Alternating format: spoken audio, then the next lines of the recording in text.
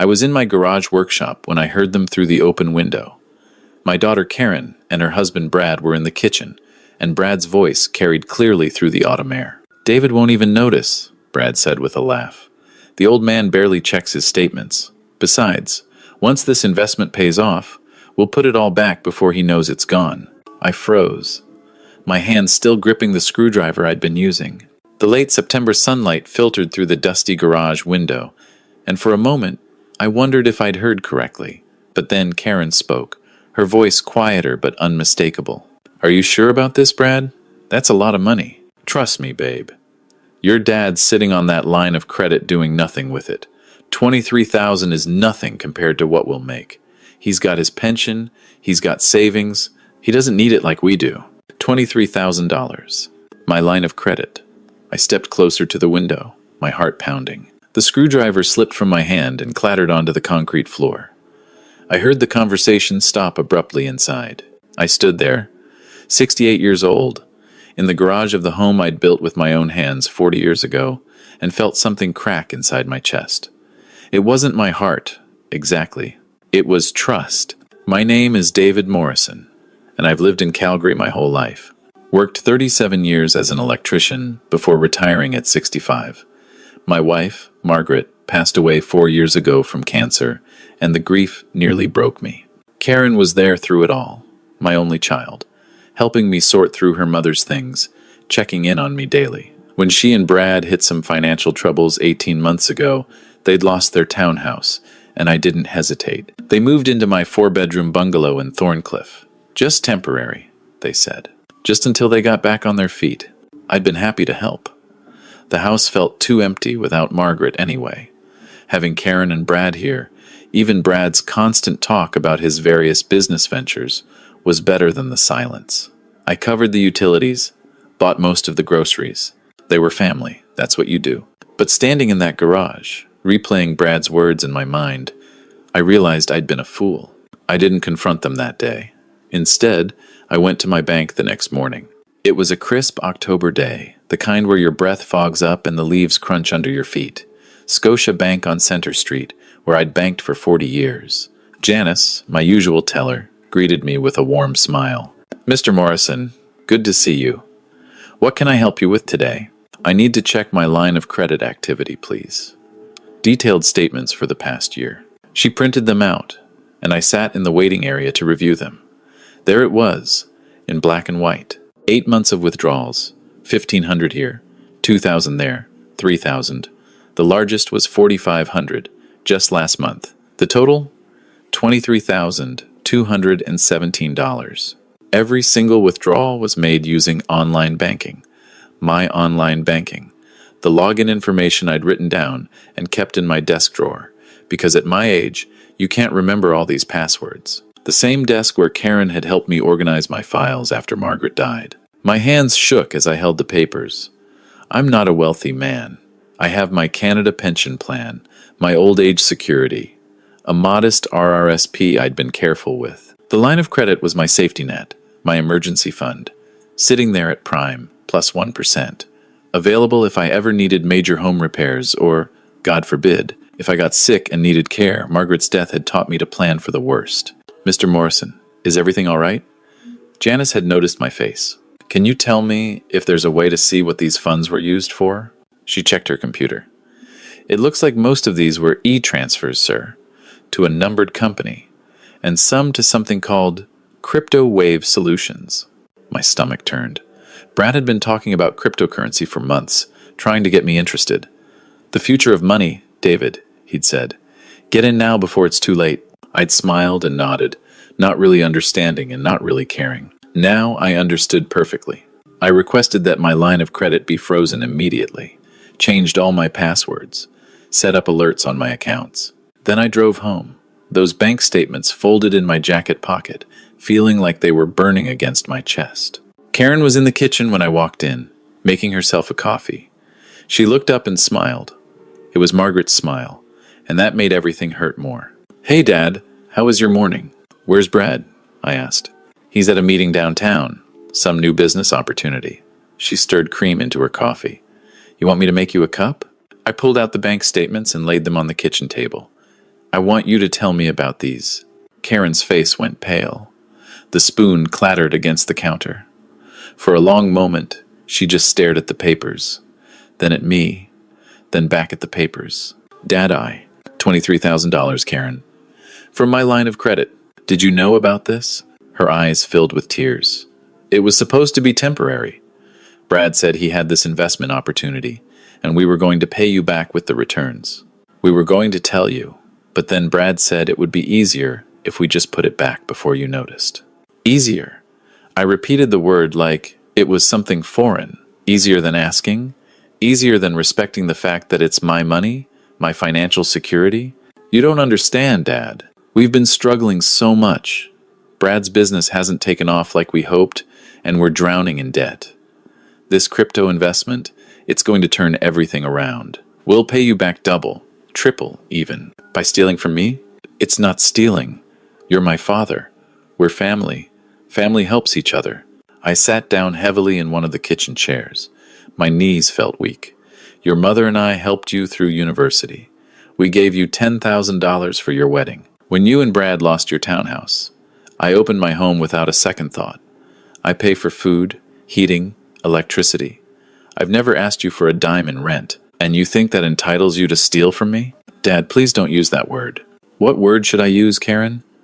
You took money that wasn't yours, without permission, and tried to hide it. That's theft. I don't care if you're my daughter. I don't care if you plan to pay it back someday. She was crying now, mascara running down her cheeks. Brad said you wouldn't mind. He said you had plenty, and this was our chance to finally get ahead, Brad said. Brad said. I stood up, anger flooding through me now. What did you say, Karen? Did you tell him no? Did you tell him to ask me like an adult? Or did you just go along with it because it was easier? She didn't answer, just covered her face with her hands. I heard the front door open. Brad's voice called out cheerfully. Babe, you won't believe the deal I just closed. He stopped when he entered the kitchen and saw us, saw Karen crying, saw the bank statements on the table. His expression shifted from surprise to calculation so quickly I almost missed it. David, I can explain. You can explain how you accessed my banking without permission? How you stole $23,000? Brad held up his hands, that salesman's smile sliding into place. Whoa, whoa. Let's not throw around words like stole, okay? We borrowed it. And I have to say, David, I'm a little hurt that you're taking this so personally. Karen and I are living here, contributing to the household. Contributing? I almost laughed. You haven't paid for a single thing since you moved in. You eat my food, use my electricity, my water, my gas, and now you've helped yourself to my credit. We've been paying you back in other ways, Brad said, his tone turning defensive. Karen cooks, cleans, does your laundry. That has value, David. What? You think you deserve free maid service? The audacity took my breath away. My daughter does those things because she chooses to, because we're family, not as payment for living here. And it certainly doesn't give you the right to raid my bank accounts. Brad's mask slipped further. Look, old man, the money's invested. It's going to triple in the next 6 months. You're getting upset over nothing. Old man, I repeated softly. Is that what I am to you, Brad? Just some old man with money you can use? I didn't mean it like that. Yes, you did. I looked at my daughter, who was still crying silently. Both of you need to leave. I want you out of my house. Karen's head snapped up. Dad, no, please. We have nowhere to go. You should have thought of that before you stole from me. We'll pay it back. Brad jumped in. Every cent, I swear. Just give us 6 months. The crypto market is about to explode.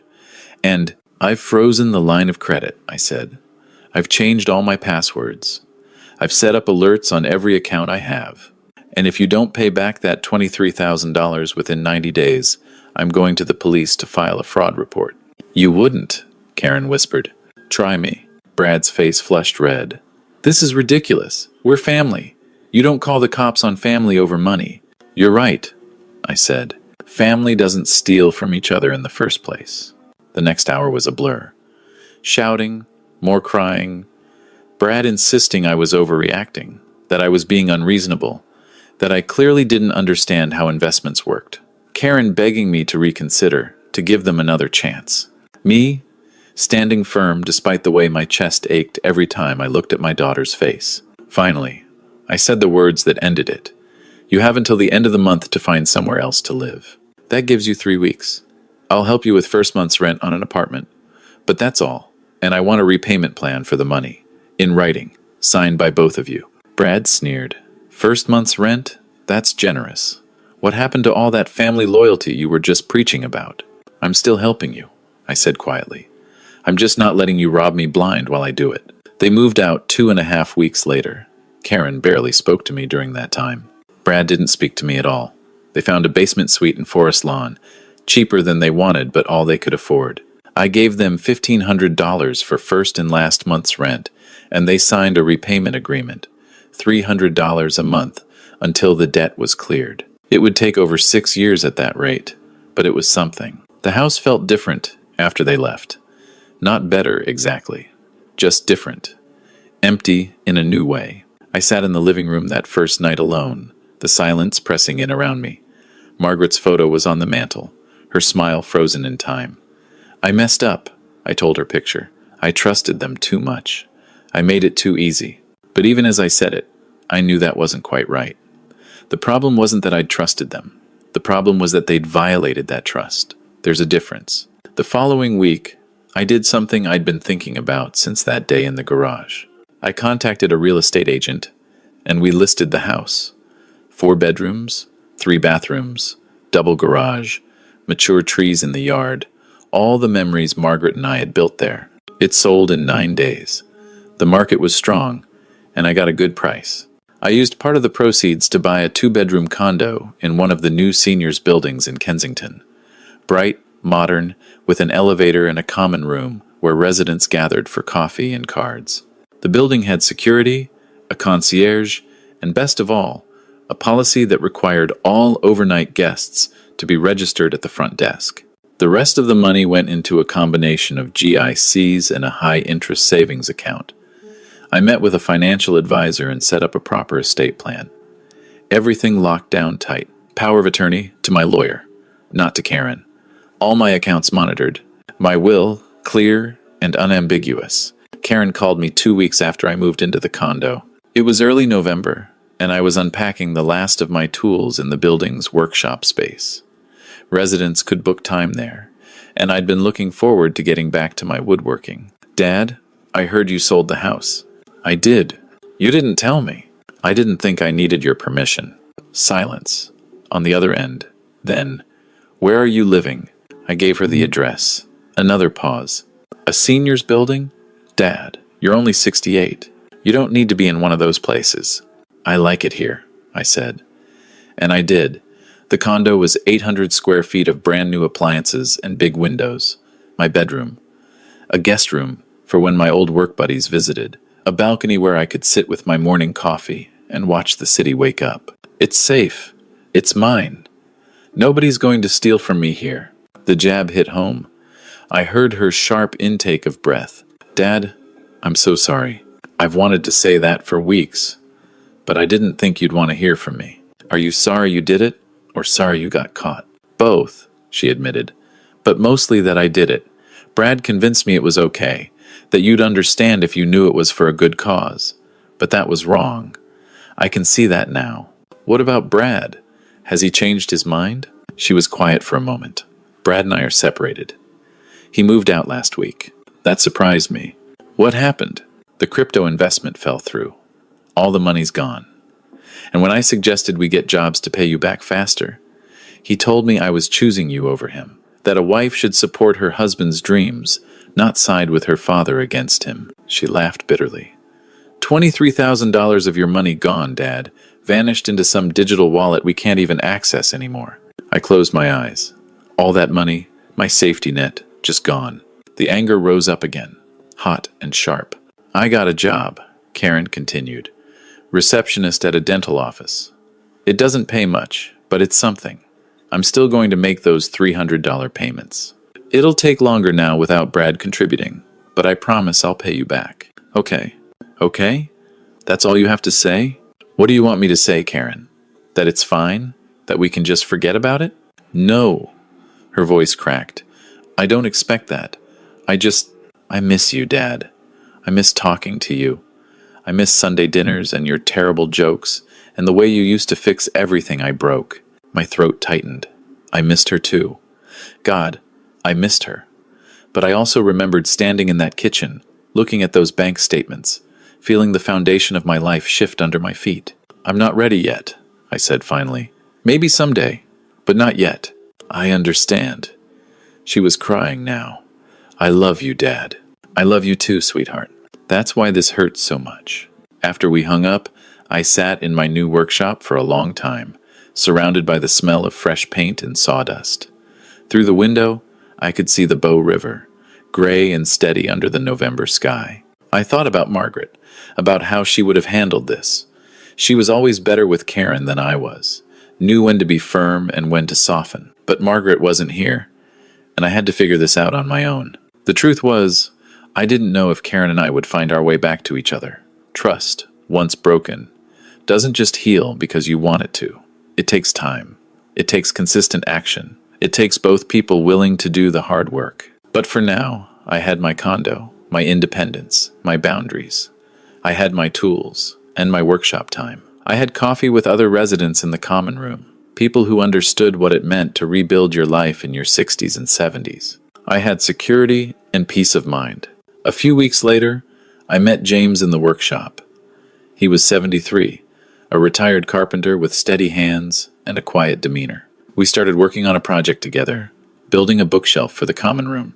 It felt good to create something again, to focus on the clean lines of wood and the satisfaction of joints that fit perfectly. My son tried to get me to invest in his restaurant, James told me one afternoon, sanding down a piece of pine. Wanted $50,000. Said it was a sure thing. Did you give it to him? Hell no. James laughed. Told him if he wanted to be a restaurateur, he could go to the bank like everyone else. We're not ATMs just because we're their parents. What did he say to that? Called me selfish. Didn't talk to me for 6 months. James shrugged. But now the restaurant's open. He's making it work, and he's proud because he did it himself. We have dinner there once a month. I pay for the meal, and that's enough. I thought about that as we worked. About how sometimes helping your children means not rescuing them. About how boundaries aren't about love. They're about respect. Christmas came. Karen sent me a card with $300 tucked inside, the first repayment. Her handwriting on the card was shaky. Dad, I'm trying. Love, Karen. I deposited the check and sent her a text. Received. Thank you. It wasn't much. It wasn't forgiveness or reconciliation. But it was something. New Year's Eve, I stood on my balcony and watched the fireworks over the Stampede grounds. 68 years old, divorced from my old life, building a new one. It wasn't the retirement I'd imagined when Margaret was alive, but it was mine. The condo association was planning a spring garden on the rooftop. I'd volunteered to help build the planter boxes. There were weekly card games in the common room, movie nights, a book club I'd started attending. My neighbor, Patricia, had invited me for coffee twice, and I was thinking about saying yes next time. Life wasn't perfect. I still woke up some mornings and reached for Margaret across the empty bed. I still felt the ache when I thought about Karen, about the relationship we used to have. Some nights, I wondered if I'd been too harsh, if I should have just let it go. But then I'd remember Brad's voice. The old man barely checks his statements. I'd remember Karen saying, "Family helps each other," as if that justified theft. I'd remember feeling foolish and used and small in my own home. No, I'd made the right choice. Hard didn't mean wrong. In February, Karen called again. Dad, I have something to tell you. I filed for divorce from Brad, and I've been seeing a therapist. She's helping me understand some things about boundaries and codependency, and why I went along with what Brad wanted. That's good, sweetheart. I'm proud of you. Would you... She hesitated. Would you maybe want to meet for coffee sometime? Just coffee. I'm not asking to come over or anything. Just an hour. I have things I want to say to you. I looked around my condo, at the life I'd built. Safe, controlled, mine. And I thought about James and his son, about how 6 months of silence led to monthly dinners. Okay, I said. Coffee. Saturday at 10? There's a cafe near my place. Really? The hope in her voice nearly broke me. Really. But Karen, I need you to understand something. This doesn't fix everything. This doesn't mean we go back to how things were. I know, Dad. I'm not asking for that. I just want a chance to show you I've changed, that I'm changing. We met that Saturday at a little cafe on Kensington Road. Karen looked different, thinner, tired. But when she saw me, her face lit up with that smile that was so much like Margaret's. We talked for 2 hours. She told me about the therapy, about realizing how Brad had manipulated her, about her new job in the basement suite and her plans for the future. She apologized, really apologized, without excuses or justifications. I betrayed you, Dad. I chose my husband over my father, money over integrity, and easy over right. And I'm so sorry. I reached across the table and took her hand. I forgive you. But forgiveness doesn't mean I'm going to put myself in that position again. I know. I don't expect that. She squeezed my hand. I just want a chance to earn back your trust. However long it takes. We started meeting for coffee every other Saturday. Short meetings, neutral ground. Slowly, carefully, we began rebuilding. She kept making the payments. $300 a month, like clockwork. When she got a raise at work, she increased it to $400 without me asking. In May, I invited her to see my condo. She walked through it slowly, taking in the bright kitchen, the balcony with its view of the river. The second bedroom I'd turned into a proper workshop space. It's beautiful, Dad. You've made a real home here. I have. And I meant it. This wasn't just a place I was living temporarily, waiting for my real life to start again. This was my real life. At 68, I'd learned that you can start over. You can set boundaries. You can love someone and still protect yourself from them. We sat on the balcony with coffee, watching the river flow past. Karen told me about a night class she was taking, accounting. Said she wanted to understand money better, to never be in that position again. I'm seeing someone, she said suddenly. His name is Michael. He's an accountant, actually. That's how we met, in the class. That's good. I'm not going to introduce you, she said quickly. Not yet. Not until I'm sure about him, and not until you're ready. I appreciated that. The fact that she understood the bridge between us was still fragile, still being rebuilt one careful plank at a time. Summer came. I joined the rooftop garden committee and spent my mornings tending tomatoes and peppers alongside Patricia and James and a dozen other residents. My hands remembered the work, the feel of soil and water and growing things.